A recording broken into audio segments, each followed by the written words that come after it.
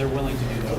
Right. So just, you don't have to So the read through the second whole one thing. is Just say, to, and the conditions in the order of conditions, 12 and 13. It's about them, they have to post a bond, and they have 2 years for it to grow.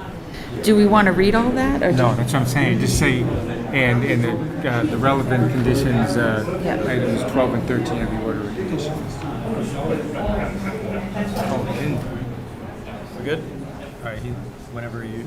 Just give me a wave when you're ready.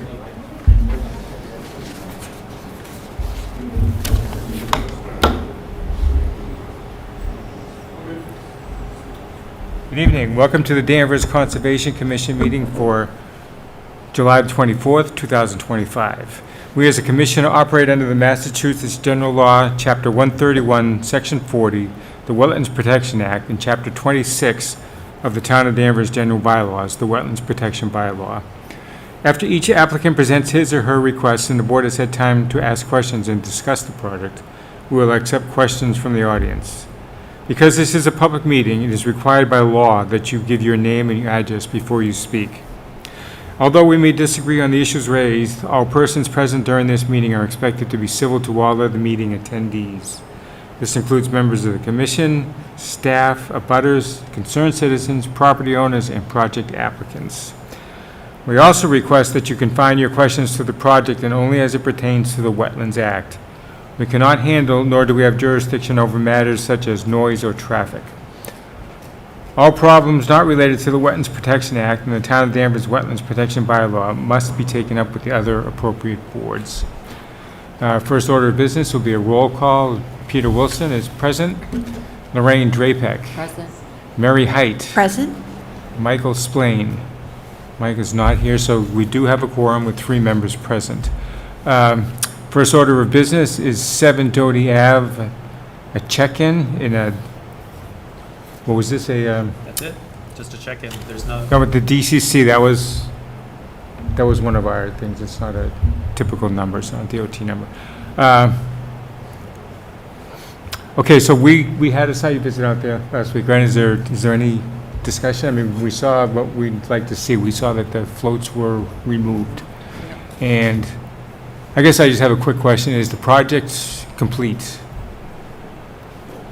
Since we've been out there, the only work that's left is not under the commission's jurisdiction, which is, railings and everything that's above that pier. So that the ramp is down to the float? Well, we can have them come up, but the main part of what the commission was looking for, the applicant Pier. had the pier, but there was really the unlicensed floats, and the applicant has done everything that the commission has asked for. Okay. Enough said. So,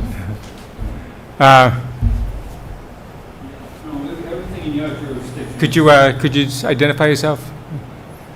Since you raised your hand.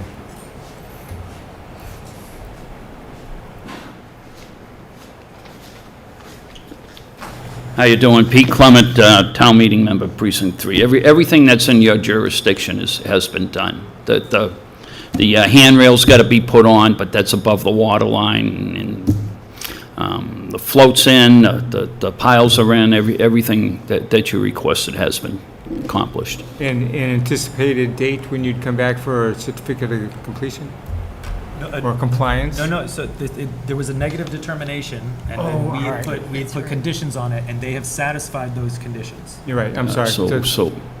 As far as I believe, we're all set with you. It's just Good. No, we okay. appreciate Appreciate everybody's hard work, Yeah. and getting the floats off of the mud is right. very much appreciated. We appreciate everything you did. Thank you. Good. Thank you. Thank you. Is there any other public comments? And there's nothing to close here then, right? No, you can ask if anyone wants, but if anything, for I don't see any raised next hands. topic. Okay, so next up is a request for a partial certificate of compliance for 30 Sherwood Ave, DEP file number 14-1429. The applicant is Alex Shook in North Shore Real Estate Solutions. Is anyone here to represent the...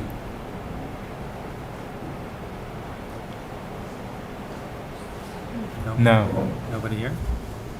So I think in the past, when someone was here, we just kind of tabled it. Yeah, that's a, let me make sure that Yeah, there's been the no new correspondence. homeowners? I don't know why they're not here. Hold on.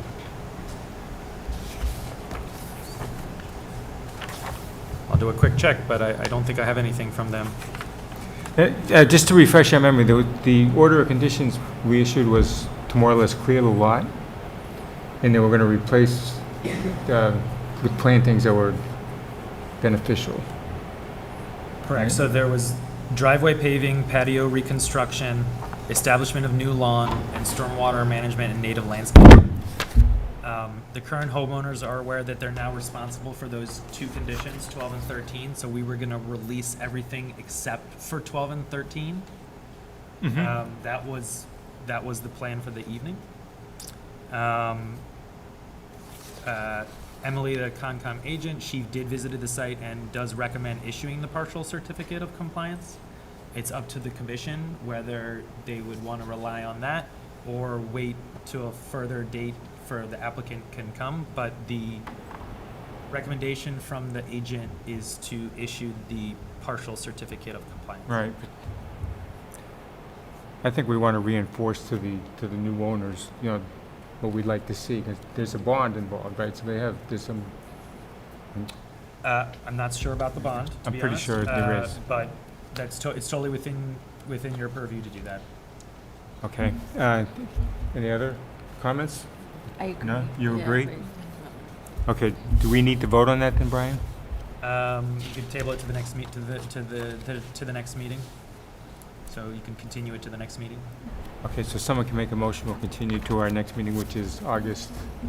I was in the middle of looking that up when you had me this up. I had some other, give me just a sec.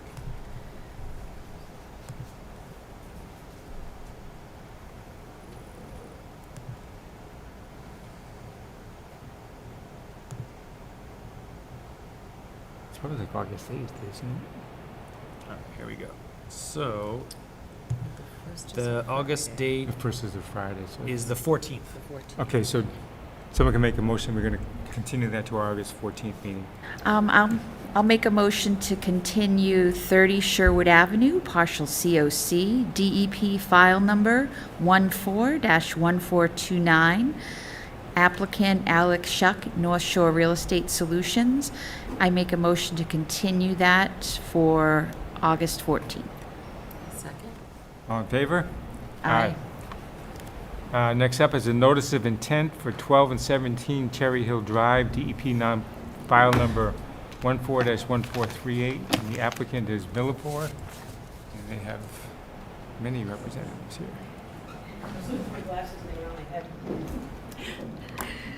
Good evening, Jill Mann here on behalf of Millipore. I'm a lawyer out of Middleton, Massachusetts, and here with you this evening is the development team. The responsible party from Millipore is Mark Baker, the wetland scientist Maureen Harold from Norse, the civil engineer Thad Berry from ASB, and then actually the site contractor Bobby Atunzio from Atunzio Services. So I'm excited to say that we were able to accomplish a lot in the very short period of time that we had since our site walk. We heard you in the commission loud and clear relative to having pavement in those areas. Brian, is there any possibility of putting up the plans we had? So I'm trying to put up the site plan right now. Okay. But what I it's can not do responding, is so just. give me a minute. So what we were able to do, which is wonderful, is we were able to eliminate all pavement within the 50-foot buffer on both 12 and on 17. So on 17, which is, remember that lot behind the building? And that was the one where it was about 730 feet of pavement, and we had that circle. Well, that area, if I may approach, so it's this area, right here is within the 50-foot. Now, if we showed the new site plan, we were able to redesign this entire lot. The way we did it is we now have an entrance point at the bottom of the property. If you don't have it, I have my computer and I can look up for you. But I don't know how much you can see from that far, so can I? Yeah, actually, if you would. So, do I need to speak into that for purposes of recording? Yeah, you can take the mic off. Oh, I can? But it's not, you're not gonna be able to travel very far, but some. Just so that you can see it. Just So- watch the floor because it's taped. I feel like so important. Excuse me. So what we're able to do is. Excuse me, Mr. Bradstreet, do you want to move closer? Thank you. Thank you. So basically, that rectangle configuration now is a little bit different configuration, as you can see. So we eliminated all the pavement in this area. However, there were some site constraints that required, if you can see that small sliver, it's 58 square feet, because the drive aisle has to be a certain width for the planning board, and we slid the pavement as far forward to Cherry Hill as we thought was appropriate. So that's why you have that little tiny, if you will, reveal. So we're in the 50-foot right there. But that whole area that had been in the 50-foot, which is here, has been removed. So just to recap, because when we were in the field, we actually showed you the stormwater management facilities and what we were doing. And if I may, and I just want to follow up. The last time we had a hearing, the board had asked, the commission, I apologize, had asked, do we have the authority to allow you even to put the stormwater management structures in where they are, to restore, to maintain, et cetera? Your bylaws specifically give you the power to authorize, or relative, actually not even authorize, to exempt prior work from the application of the 10 and 20%. So not only do you have authority, but it's actually exempt under your bylaw. And then you have the provision 3.1.7 that I had pointed out in the package that I had given to you, which kind of goes through the details. So, okay, there's an exemption, but the town gave you kind of a guideline for how you establish that. And what we did is we showed you via that package with all the photographic evidence that the improvements had actually been done prior to 1999 when your bylaw was put in place relative to the buffer areas and the 10% and 20% limitation. So these areas are in fact exempt, provided we provide you evidence, and that those areas don't get enlarged. And that's what that buffer table is for. I showed you that the areas had been impacted, in particular, let's just talk about A for now.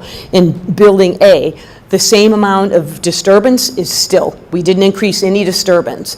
And then we removed all pavement, so we weren't changing anything as well within those areas. Because this entire area, here and here, had already been improved and modified when the building was built, because this basin that you see was actually to handle the stormwater flow from the building. Okay, so what Thad then did is he redesigned this, and instead of having we were trying to reduce impervious areas, and we were able to do that throughout the site, only by about 1,000 square feet, but we still reduced them overall. So we were able to do a one-way, and by going to a one-way, we were able to reduce the amount of aisle width from 24 to just 18, because that's what your planning board requirement is. So we were pretty happy about that. That gave us all this extra space. So here, we still have the stormwater basin, and as we showed you, the quality of buffer from the wetland was so poor. It was loaded with invasive species. We walked it, you saw it. So we provided you with that invasive species management plan, which hadn't been part of our original submittal, but I did submit like last week. And that shows you that we're going to remove those invasives, we're going to manage them, how we're going to do that, and then we're going to plant native, dry and wet tolerant plants, because they're wetland, right? They get dry, they get wet, and salt resistant, and native. So we have plants that are dedicated and designed to actually treat the water and improve the quality of the water, whereas what's there does not. Especially with the Phragmites. I think Maureen Harold had actually described for you that the Phragmites are spread by these seeds, all over the place. They just blow and everything grows, so then they occupy everything and don't provide the right kind of treatment. So we're going to try and manage that. So that's A. I'm going to stop at A and ask, would you like to ask a question at A, or would you like me to go to B and C? One quick question, what is Please. the border on the street? The border for the street? Absolutely. So here's the property line for the street, and here's the property line for the street. So this plan is not the current plan. That's the one Dad's holding and that you have in your package today. It's over about, maybe it only has a slight reveal because we pushed it over to try and, get as close as we could to the existing way. And what we're proposing to put in the way along the right-of-way, but outside of where the pavement is, are plantings. So we're gonna put in some trees, shrubs and some boulders so that there can be no more movement between this and Cherry Hill, other than through the new driveway that's here. So it'd be some sort of vegetative border. Yeah, exactly. So what we're providing is a vegetative border, but also with boulders, so they really can't get there, Mr. Wilson. That was the point, and that actually was a comment from the planning board. And we're putting him in the right-of-way because this is a private way. So because it's a private way, owned on both sides of the street by Millipore, they actually own the private way, the whole thing. But it's subject to a full easement for whomever is abutting. So, putting in those plants, they're within the rights to kind of improve that area. Right. And just to follow up, are you going to do that on the other side of the street as well? Doesn't look it from that plan. So it for some reason, it doesn't show on there, but we can show it when we get to A and B at the next set.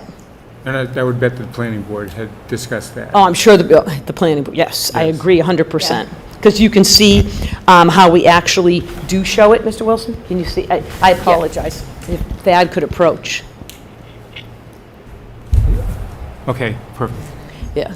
And there's a row of hedges there now? Back here somewhere? I Are don't. those Yeah, remember staying those there, or you hedges think we those saw on that could be side? removed? Okay, perfect. So, all set with A? Can I move on? Okay, wonderful, thank you.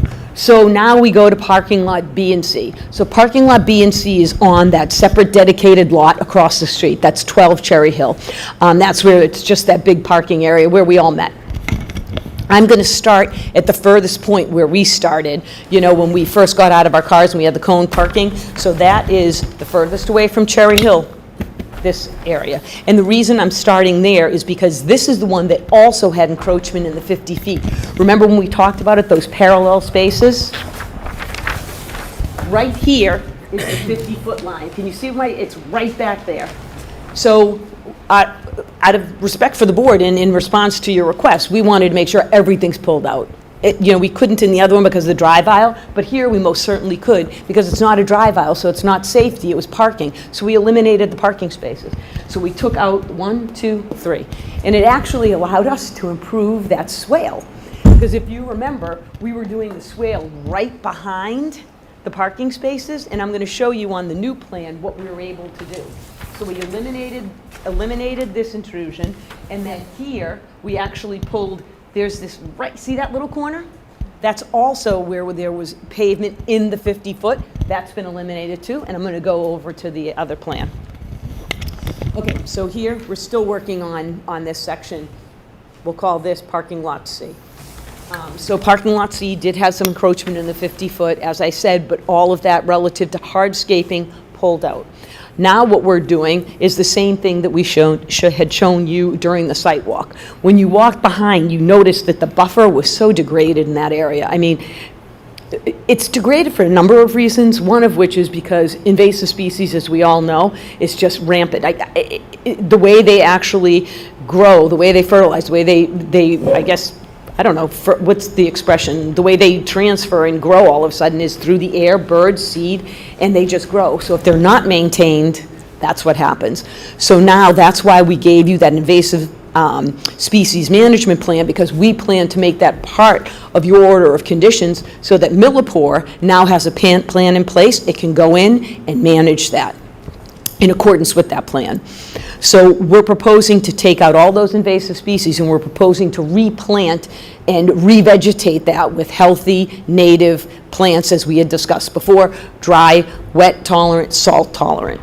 And we will spread, seed mix, and we will plant as well.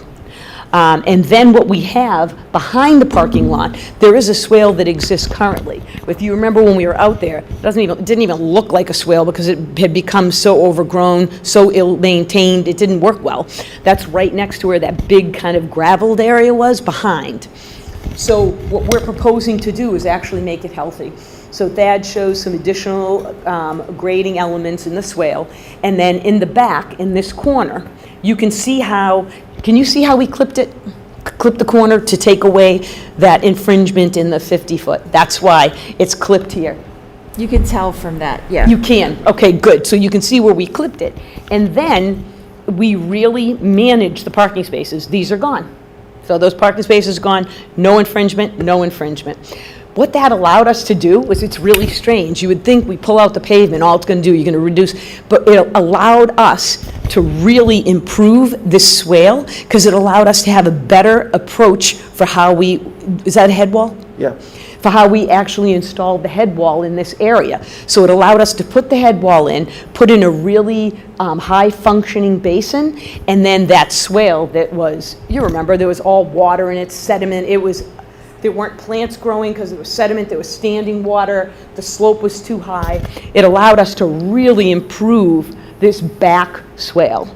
So that stays within the 50-foot. And then again, because we want to improve the buffer, all back here beyond the storm water management, where all those invasive species had grown, there's our proposal to manage it and to revegetate so that you have healthy plants that will actually really treat and allow the groundwater to become high quality or better quality and more treated.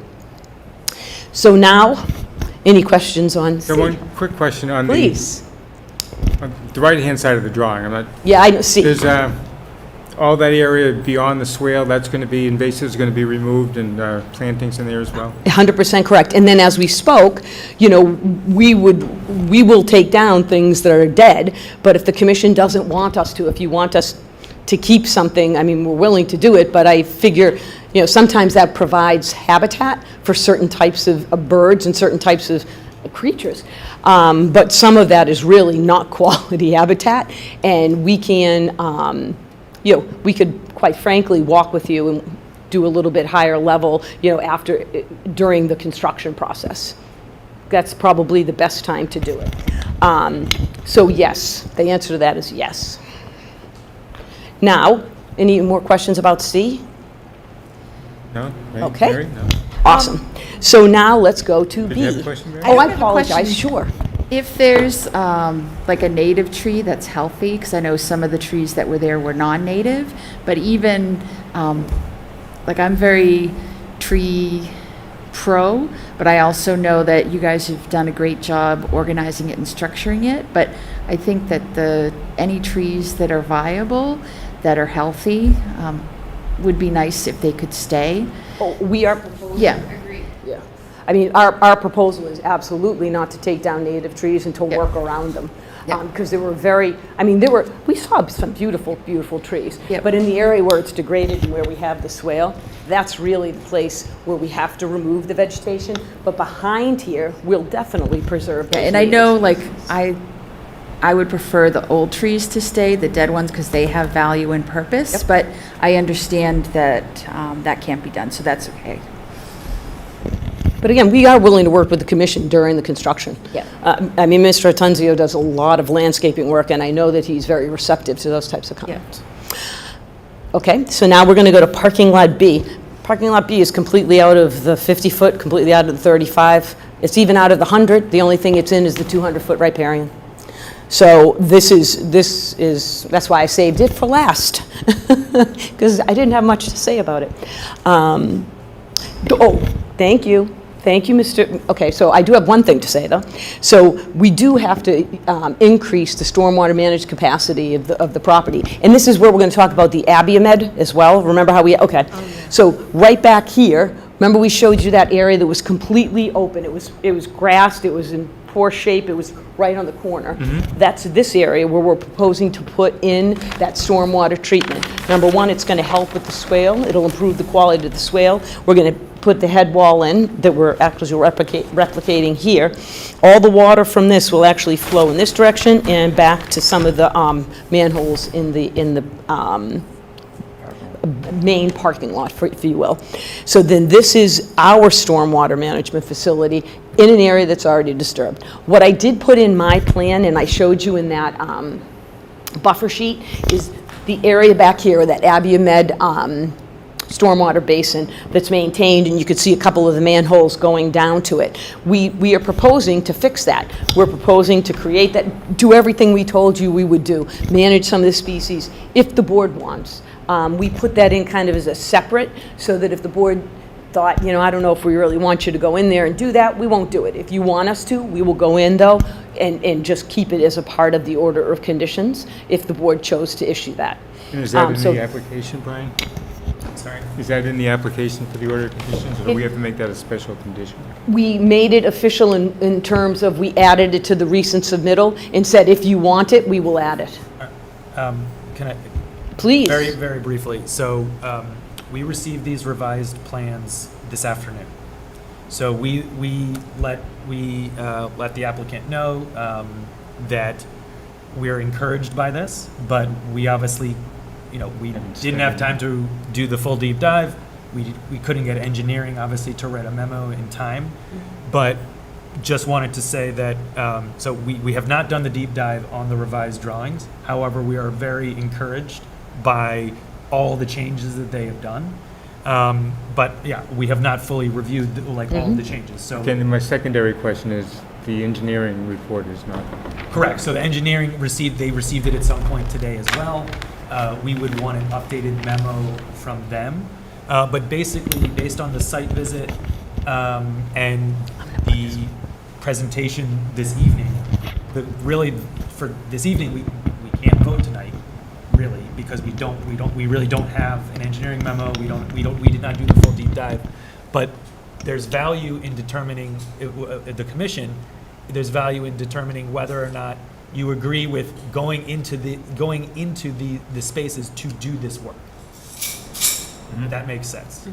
So Yes. just as a general consensus, not as a matter of a vote. Not a vote, but just generally thinking, do you really want the applicant to be going in and doing this work that's going to significantly repair a lot of issues that are currently on site? So I had a, if I may, Mr. Linsky, so I did have a conversation with Josh Morris, the director who assists the planning board.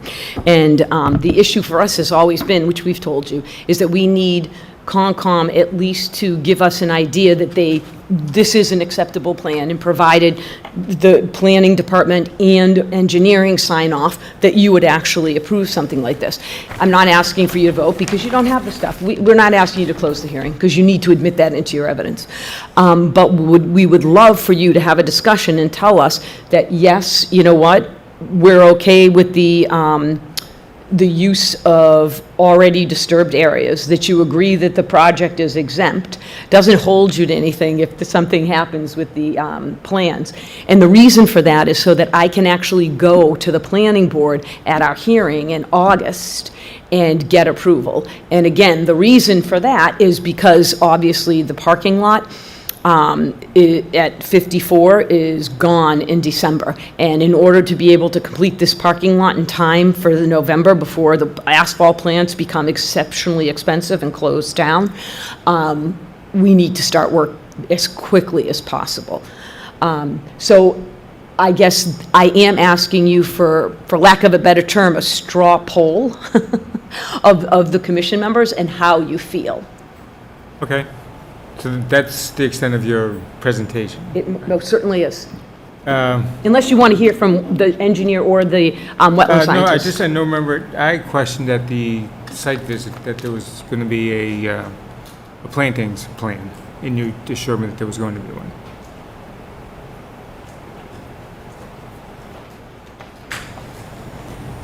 So in the notice of intent, I had listed a number of native trees and shrubs that we're going to use once we remove the invasives. The planting plan, or the layout that Thad shows on his plan is a general layout. If you want more specifics in terms of spacing and exact tree species, I'm more than happy to provide that. What I usually do is I provide a list of trees, just so there's some flexibility. So when they're ready to plant, whether it's in the fall or the springtime, if they can't find a red oak, I list a black oak, so they can pick a black oak. So there's a little bit of flexibility, but I can certainly provide more detail. I understand that we're going to be requesting a continuance at, the close of our project, but I'm happy to provide that if you'd like. Okay, and I just want you to make sure that's all in the works. It sounds like it is. So, right, so you want an actual engineered plan with the planting shown, just so I understand, so I can provide that for you? Is that what you're looking for, or more of a narrative? I would say a narrative, but Brian, do you think I differently? mean, either way works for us. We just want to make sure what they're planning and how Right. many, And then that would be the area that, we went to something like this, we're allowing so much work within our jurisdictional areas, we'd be looking for some sort of bond to make sure all of these plantings survive and thrive. Okay, so just so you know, in my notice of intent on page 7, I specify native shrubs, minimum of 2 to 3 feet in height, 4 different shrub species to be selected, and just some of the shrubs: low bush blueberry, high bush blueberry, smooth and staghorn sumac, pin cherry, bayberry, serviceberry. Some of the trees: red cedar, white spruce, quaking aspen, pin oak. So that's in the narrative, but maybe what I'll do is I'll submit a separate document so it doesn't get lost in the sea of paperwork to make Okay. it easy. I'm more than happy to do that. Good, thank you. Sure. So, Mary, did you have any questions or I'm good. comments? Okay.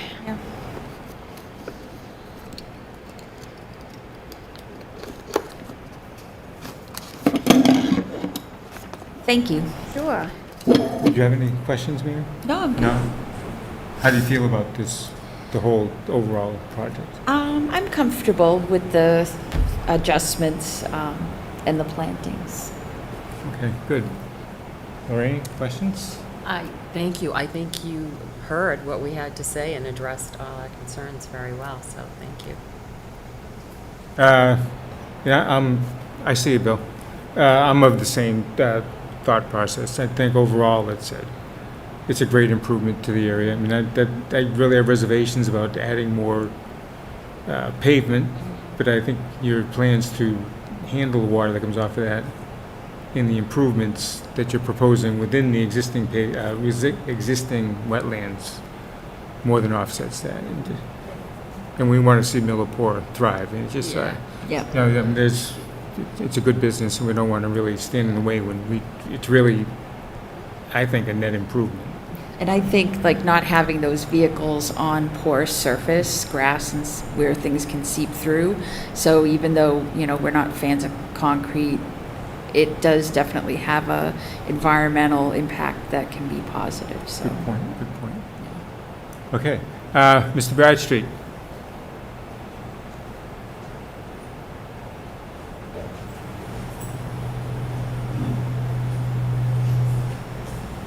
Next step would be to continue to the next meeting. Bill Bradstreet, Town Meeting Member, Precinct 1. I agree with the improvements. My only question, I didn't hear it mentioned, stormwater storage, snow storage for the winter. Does any of that affect any of this new vegetation that they're planning to put? It sounds nice, but I would be concerned if they put all of It's a this good in. question. I know they did mention storm storage at our site visit, but I'm, And you know what? We did Please- try. Yes, they Oh, I'm did. sorry. It's a great question. I appreciate it. So that was part of my presentation that I forgot. So essentially, yes, we have snow storage plan. So what it will be is, we plow here, we actually do plow into this area. That's how it is currently. What we will do is also, when it's big storm events, gear up. that becomes our snow storage area, so we actually manage it on-site and maintain it. I want to say, you know those big box stores you see with the big excavators that push the snow into one area? It'll get pushed into that particular area and then allowed to melt naturally, because if it's in that area, it then gets treated by all of the basins, which is great, because then we have all that water infiltrating as well, but it gets clean because it goes through the basins because it's all pitched. You're not storing it within the 50-foot boundary, are you? We'll store it right here. And how many parking spaces will you give up for that? That means that during storm events, Mr. Baker has to manage the site pretty heavily, because it ends up being, depending on this winter, like last year, maybe it was 5 spaces, 4 years ago it was 20. So it'll be whatever area needs to be here. They don't have a choice. And you're comfortable with that as far as having those spaces? We're going to talk to our vendor, we start with this conversation, and I think a lot of piece of equipment on the site, also on, so that we can actually had it before this past season that we were using both, now it'll be a safe. Okay, just a word of caution, we had an instance over in your neighborhood this past winter where there's a sign that says no snow storage, and the snow was plowed right in there, so we don't want to see that. It will be a struggle to lose the spaces, but we need to. Okay, good, thanks. Mr. Bradstreet, did you have your hand up again? He just He just- he he wants couldn't me to go to the hear. mic. Oh, He couldn't hear Mr. Baker. okay, you're right. So Mr. Baker, do you want me to repeat? So Mr. Baker basically confirmed that Millipore understands that it has to eliminate some parking spaces during the winter months, and that he's already discussed it with his vendor who provides snow removal services and ice management. And they understand they'll have a big machine on site, and that machine will manage it only in that quadrant. Okay. Any other questions from the public? No? All right, so I guess we continue to our August 14th meeting. So someone can make a motion, we'll do that. I make a motion that we continue the notice of intent for 12 and 17 Cherry Hill Drive, DEP file number 14-1438, Millipore. Continue to August 14th.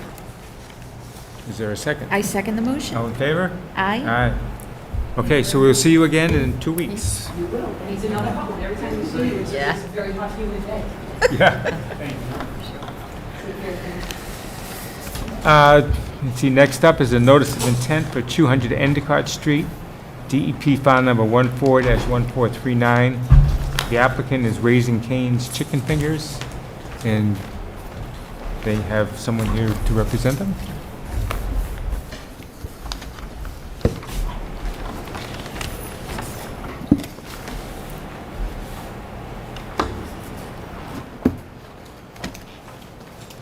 Thank you, Matthew Ashley from Bowler Engineering, here on behalf of the applicant, Raising Cane's Chicken Fingers. Project's located at 200 Endicott Street, just to kind of get your bearings, right across from the Sylvan Street Grill, where the existing Fidelity Investments was formerly located or about to move. I think they vacated just recently to their new location. So under the existing conditions, the site is a existing Fidelity Investments Center, a large building, associated parking, and currently 3 curb cuts out on site today. Very limited landscaping out there, along with no stormwater infrastructure whatsoever. Everything kind of flows from north to south down to the existing waters, rivers, I might have that backwards, that runs technically in Peabody. I should also mention this is a very unique site, or at least to me, maybe you've seen it a little more often, but the site actually right down the middle is the town line. So I'm just gonna walk to the screen, I'll point it out real quick. So basically the building and drive-through entrance is kind of like the visual. That is all Danvers. Everything to the south of that is located in Peabody. So we have filed concurrently with Peabody Conservation and planning staff. along with The Danvers. Waters River is right along the bottom border? If you zoom down a little bit, you'll probably see it come right into to frame. There you go.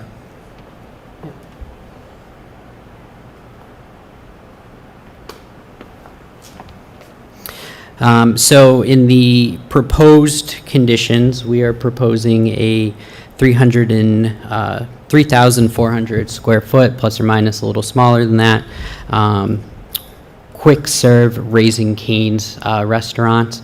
And with that is a dual drive-through which wraps around the building from plan right up to the north. The site is currently proposing 29 parking spots and associated site features such as lighting, striping, wayfinding signage, and other things you typically find in a development of this.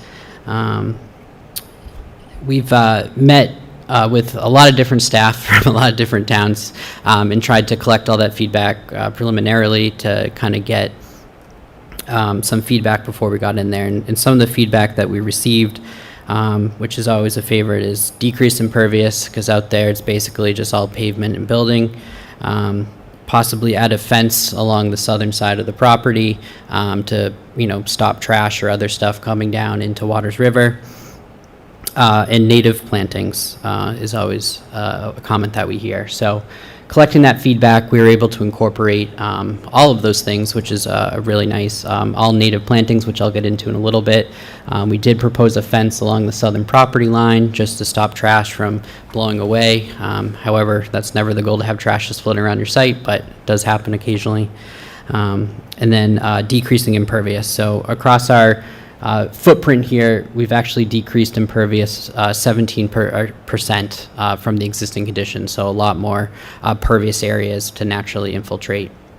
And replacing it with, Excuse me? what are you replacing the impervious with? So there'll be planting areas, there'll be lawn areas, a mixture of stuff. And then the last feedback that we also received was so we could provide any more riverfront area that's currently impervious and provide some more pervious area there. And we were able to incorporate that as well here as well. Like I mentioned before, the existing site doesn't have any type of stormwater management, so everything just sheet flows across the pavement, and over time kind of naturally built up like a berm on the southern side of the parking lot. So what's happening is all the stormwater will then come to some point or break through the berm and channelize. And it actually is channelizing and eroding down the slope in some areas across the site here down into the river, or perennial stream, excuse me. So with the new design, we are a redevelopment by the stormwater management standards for our site, but we're going above and beyond just those minimum standards to really a great improvement here.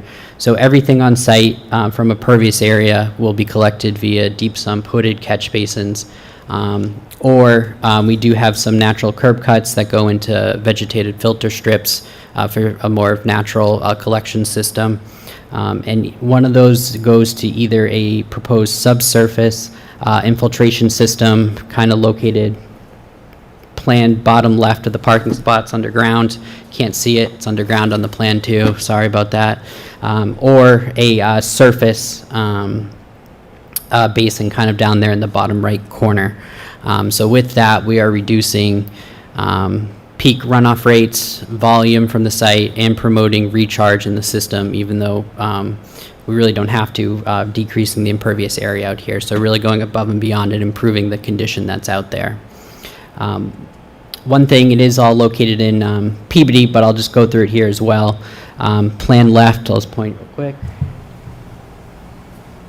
So right there, that is where bulk of the stormwater is channeling and kind of eroding the slope down there. So as part of this project, we are proposing to restore that with all natural native plantings and clean up invasives that have kind of come across the bank here, which reoccurring problem, it sounds like, in most of Massachusetts in general.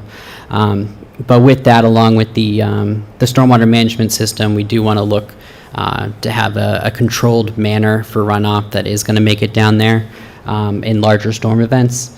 So with our stormwater surface basin, we are proposing a channelized riprap reinforced swale, so it won't affect the bank or slope that's out there, and have it in a controlled manner for those larger storm events. In general, the site is wrapped by a ton of utilities, and the lowest point is down there in the bottom right corner, so that's why that point was selected. Lastly, to talk about landscaping, so really not a lot out there. What is out there, there's a couple trees and plantings around the perimeter of the site, so we saved I'd say about 80% of what's out there, which is great, because that's where it is. However, we are proposing over 100 trees and shrubs and over 180 ground plantings such as grasses or ground cover as well throughout the site. So a really robust landscaping plan to go along with this development. I'm happy to go deep dive into anything further here, but also want to allow you time to ask some questions as needed. So thank you. Could you show us on that diagram where the area that would be considered the part of Danvers? Because it sounds like some of it's Peabody, some of it's Danvers, Yeah. right? Could you just Sure. quickly just highlight where that area is for Danvers? Sorry, I'm done. I'm done. I'm done. Stop moving. So kind of my arm right here is Danvers, and this is Peabody. All right. The entirety of the building is in Danvers. Yep. And pretty much the entirety of the parking is in Peabody. Yep. This is more fun for the planning board than for Concom, because it's which parking ratio do you? Yeah. No, I Do you was, meet like it a if it's in a building- different the- town? yes. I was more looking at what part do we have control over? So all work that's within the Danvers riverfront area, Yep. which is, in this particular case, is basically between the 100 and the 200. That's Yep. pretty much And- all of the And work. where is that on the? Where is that on the map? plan? So it's like the line, it kind of, I mean, rivers aren't perfectly straight, but the line generally does kind of just fall, like kind of weaves back and forth right on the Danvers Peabody line. It is on the site plan. It's defined there just for reference too. And That's the, the 200 foot or the 100? That's the 100. This is the 100. The 200 Is on the other side, yeah, like there. it's So just it's all- this area. and So it's then all in the it 200? goes out, Yeah. yeah. Right. and So where's the main road? Sylvan is right there, right? And then Endicott's 90 degrees. Yeah, I got it. But the entirety of the building footprint and the parking lot is already in degraded areas. Oh, It's yeah, already yeah. parking lot or building where Yep. they're touching. Yep.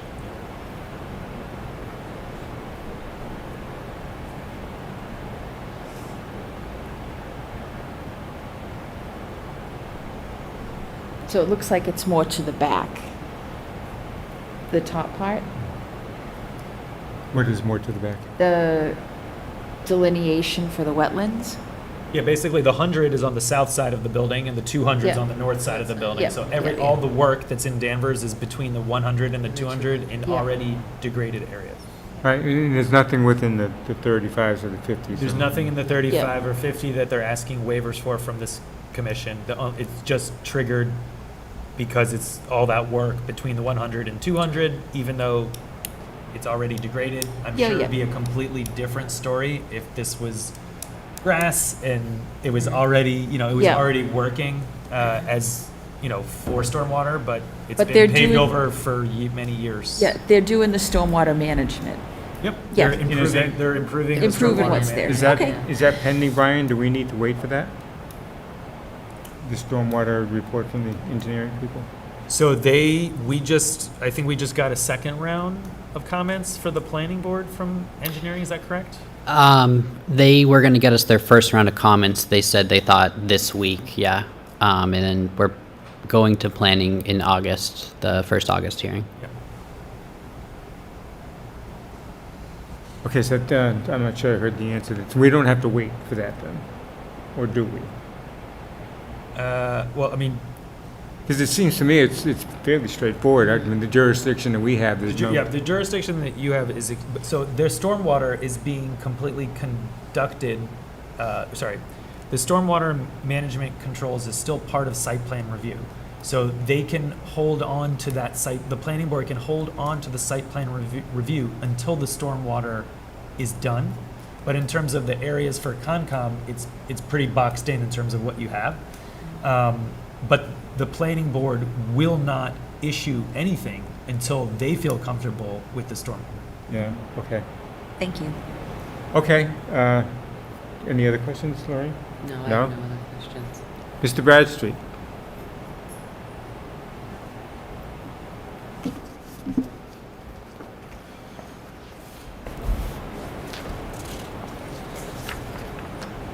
Again, Bill Bradstreet, Town Meeting Member, Precinct 1. I like the drawing. I think what is missing is the boundary line showing between Peabody and Danvers and a line where the 3,500 setbacks are. I know I was told at one point you can't use colors because the state doesn't accept them. You could use color here, and when it's copied over to send to them, it would only be black and white. But I'm partially colorblind, but I certainly would rather see lines showing where these, It's there, Bill. It's not easy to see, but Well, all of the let's- lines you're talking about are there, but they're hard to, I 100% believe. which is why I brought it up. Thank you. Anything else? Like Brian said, there's other boards that are looking out for the water and stuff, and I think as far as the wetlands jurisdiction, I don't think it's a big deal for us. So, if you guys agree, make a motion and we'll just be done with We it. have to close the public Yep. hearing first. We do. Okay, so do you want to make that motion? I'll make a motion to close the public hearing for 200 Endicott Street, DEP number 14-1439. I second the motion. All in favor? Aye. Aye. Sorry, can I ask a question real quick? I probably should have done it right before you voted. More of a procedural thing. So we still got to go to Danvers Planning, and if they want to update anything, would that mean I have to come back to update that here if it's significant enough, or is So basically, if it changes anything with the, the footprint or anything like, or really anything with the footprint or potentially additional pavement, which is their purview, the staff would determine of whether or not it's a significant change or not.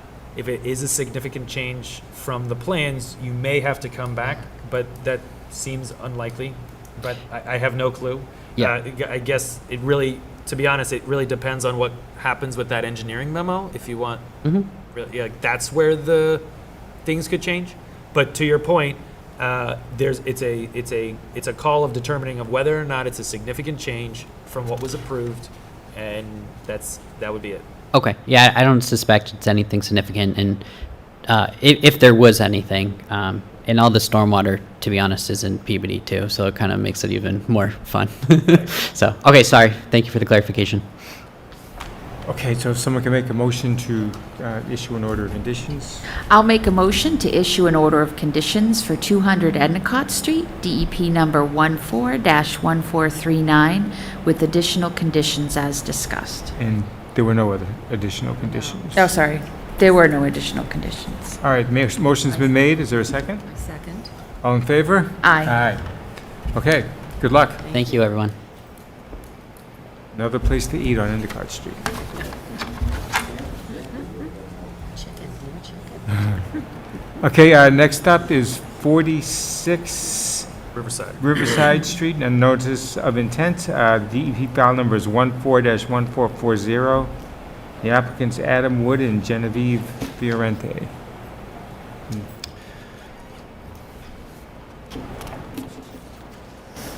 I'll get the plans up in just a sec.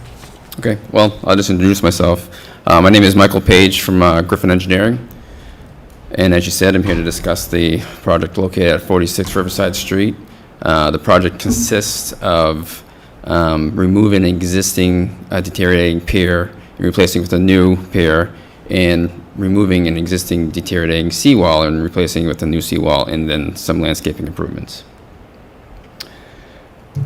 I'll just start, let's see, can you blow it up a little bit? Thank you. Hold on, let me get there. It's all right.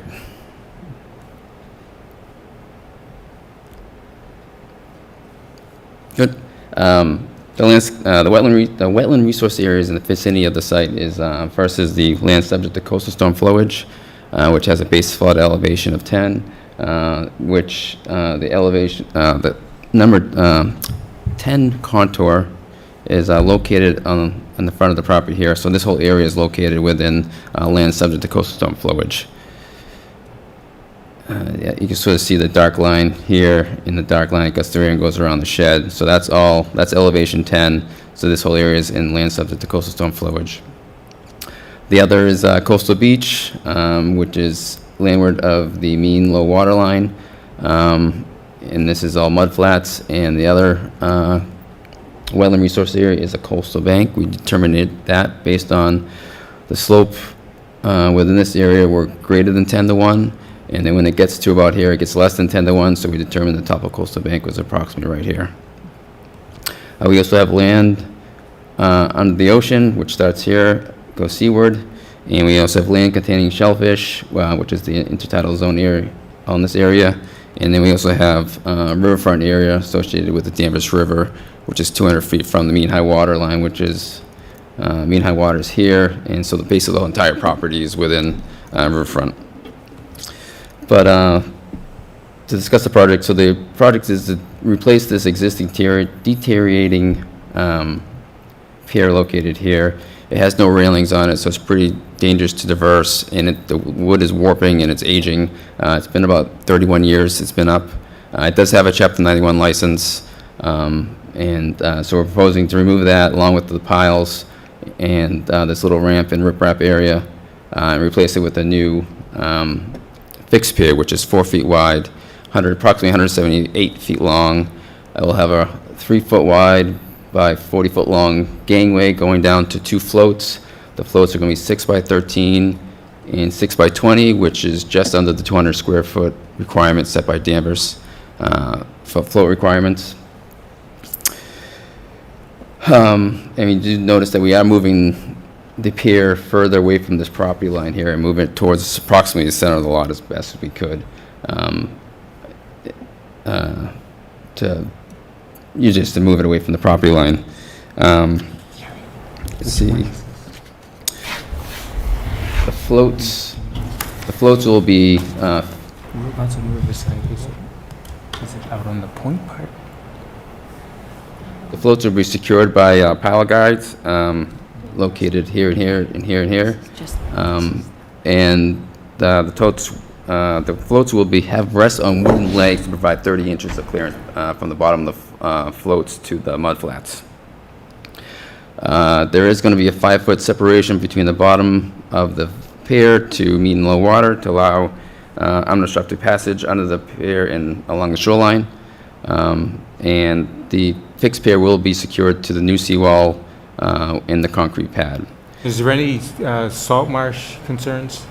No, plus we're staying within a lawn area here. All the work in here is lawn, basically ends right here, so all the work is going to be contained in existing lawn area for upland area, and anything associated with it would be within coastal beach and land under the ocean.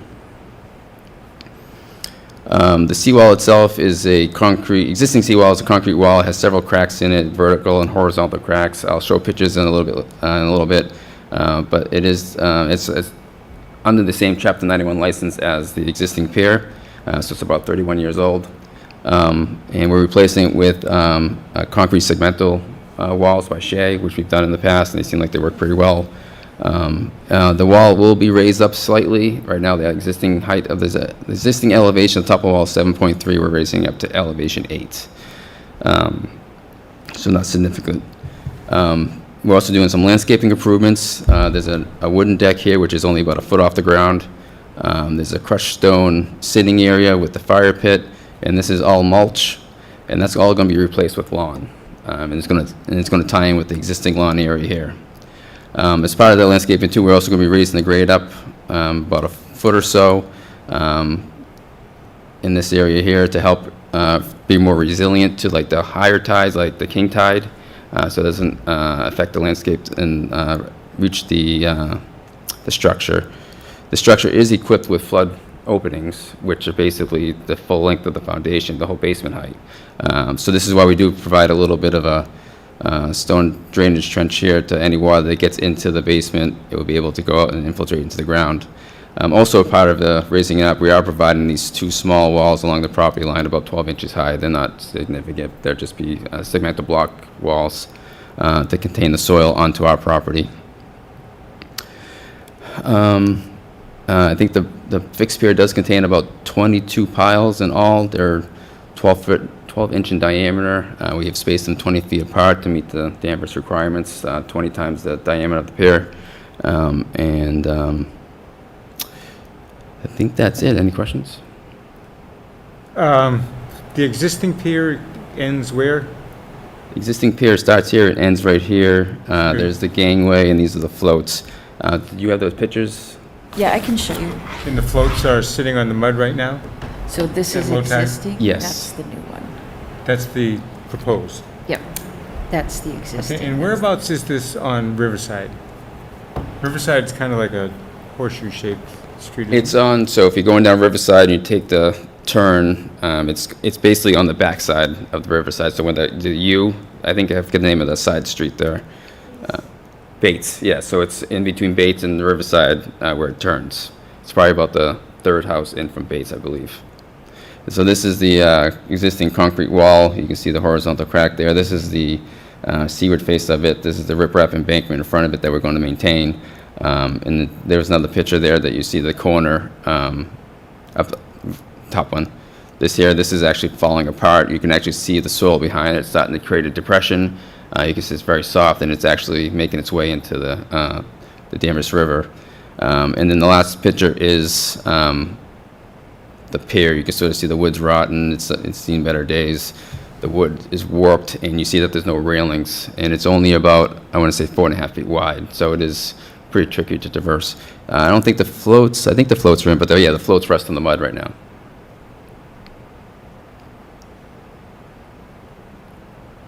And we're waiting for the harbor master's comments on this, right? Yeah, we did. We met with him back in April in regards to this, and he asked us to cut it back about 25 feet, which we did move it back. But he hasn't had time, or he hasn't reviewed the current plan that we We wanted you to move the end of the pier closer to shore by 25 feet? Yeah, so we moved the pier and the floats and everything closer to the land about 25 feet. So it 20 was feet. originally a little over 200, right? And Yes. now it's 178. Yeah. So the harbor master has reviewed it. I just think he has not had the chance to put his thoughts in On writing. paper, yeah. And we knew that. We just wanted, we were asked to continue this, or go to the next meeting, but we figured we'd get in front of you now, if in case you had any other questions, we have to address any other issues, and when we can do it all at once in the next meeting. Yeah, I think we're going to need to continue, just to see his comments. And I just didn't want to get a feel for it. I'm still not sure where it is on Riverside. It's just, these long piers, we just want to take our time and do If it you right. go to the site plan and zoom up to the very top corner, I do have a locus map on there. Can you get to that? Yeah, I Brian? was just gonna put it, I was just gonna go to Google Maps and just, Yeah. Yeah, that's good. just, Would we want to do a site visit? Like he's- We could, it's just, before we want to see it. I think I'm familiar enough with the area, because I used to kayak down there quite a bit. But I just really want to see what the harbor master has to say, because we're just getting farther out into the river, and I think that's more or less to get the floats off in the mud, is that correct? Was that? People want to go out farther into the river to get the floats off of the mud. Correct, yeah, so this is our property here. Okay, yeah, that's where I thought it was. And I did provide a site plan showing low tide, if Brian can bring that up. So this is the current existing pier. This is our neighbor's pier. This resident, floats are on 40, there? which they just got approved the pier, which it goes out approximately here. So our prayer would probably go about, I think it goes And I about think right here. next door to this property, going This way? down, I think we approved it up here over there too, probably several years ago now, so that's probably lapsed. It's it's a condo type building. There must be Maybe one or that. two doors down from them. It's before the public walkway. This is a 2-unit here, I believe. That's probably it then. Okay.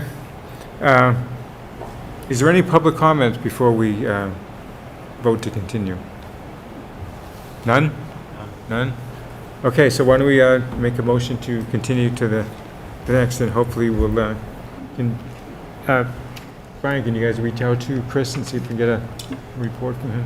Are you Yeah, no, anxious to I get think going he's on going to this? be ready for the 14th, yes. Yeah? Yeah, Okay. but we'll make sure that, I heard a talk of potential of a site visit. Or is that?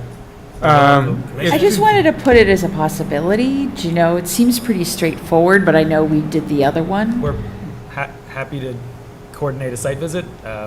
It's whatever the What do you commission think, Lorraine? You want to desires. get down and see it? I think I would have a better picture of what's All right, then on let's, Yeah. the site. So Yeah, Em and I will coordinate a site visit over the next week or two.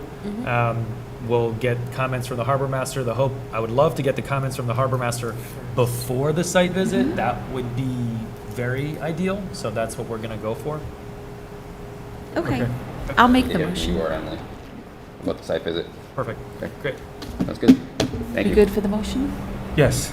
I'll make a motion to continue the hearing for 46 Riverside Street, DEP number 14-1440, to August 14th, 2025. A second? All in favor? Aye. Okay, so Thank you. next up is old and new business. The minutes from June 12th and June 26th, through my ineptitude, could not find those on the web, so I have not reviewed those. So we'll have to postpone that vote until the August 14th meeting. And just like we had talked about before, Brian, we'll just put it out for the public.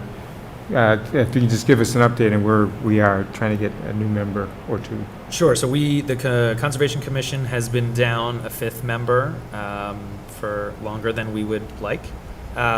We have been actively trying to recruit individuals. We also, there are residents that are interested in serving on boards and committees. So we use that as like a talent pool. We've been reaching out.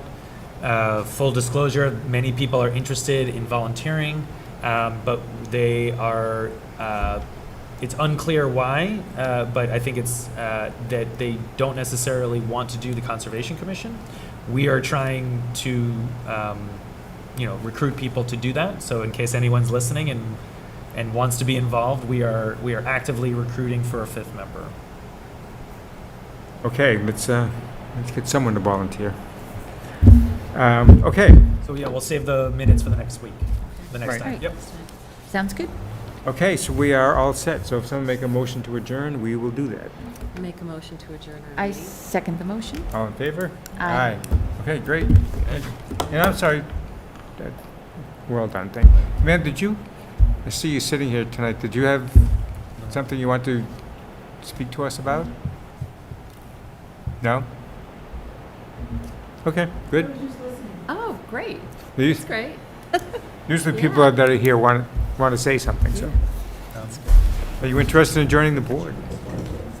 I did it already. I sent it. Wanted Emily to- has it. She told me she. Perfect. This was just in here, and I didn't Oh, know. all right, no, Emily, yeah. Perfect. Awesome. I missed it. Great. Awesome. Good.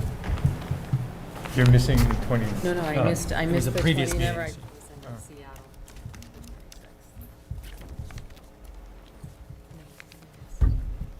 How's the summer in Seattle this year? Wasn't it real hot there last year? It was, it's not as Thank you hot. for coming. It's not a lot of rain, not a lot of rain.